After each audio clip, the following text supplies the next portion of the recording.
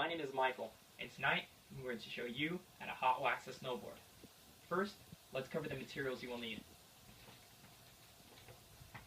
You're going to need an iron. Pretty much any iron will do as long as it does not have any holes in it. Next, you will need a scraper. This will be used to scrape off the wax once it has cooled. You are also going to need a scour pad. Traditionally, these are used to clean cookware. However, in this case, we will use it to remove excess wax left over from the scraper. You're also going to need tuning vices. These vices can be attached to almost any table as long as it is not too thick. These will be used to support your snowboard while you work on it. Last but not least, you'll need the hot wax of your choice. Tonight I will be using 1-Ball-J all-temperature hydrocarbon wax. There are a variety of different kinds of wax. In order to make sure that your base is as fast as it possibly could be, you should use the wax that best suits the temperature of the snow. Waxes that contain fluorocarbon are typically the fastest kind of wax, although they are usually more expensive. For icy or powdery conditions, you may even want to use a wax with a touch of graphite in it, as this can help eliminate friction from static electricity. Why would I want to wax my own snowboard when I can just take it to a shop and have it done?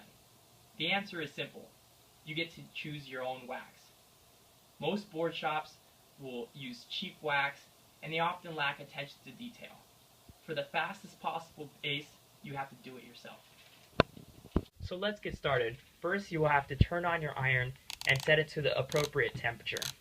Different waxes have different melting points, but you're going to want it at a temperature just warm enough for it to start melting. If you set it too hot, it will burn the wax. You can tell if your iron is burning the wax if it starts to smoke excessively. Once you get your iron to the appropriate temperature, you're going to want to take your wax and touch it to the iron so that it melts, and you're going to want to drip the wax all over the base of your snowboard from tip to tail. You want to get a good amount of drips across the base of your snowboard so that you could melt it across your base once you're finished dripping.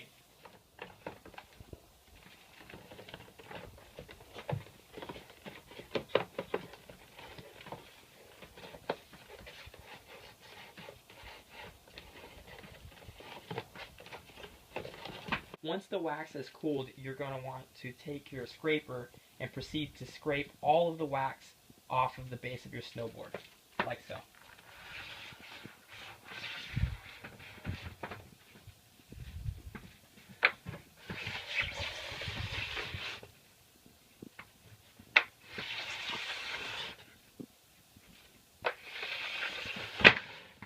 You're going to want to take your scour pad and run it from the tip of your snowboard to the tail.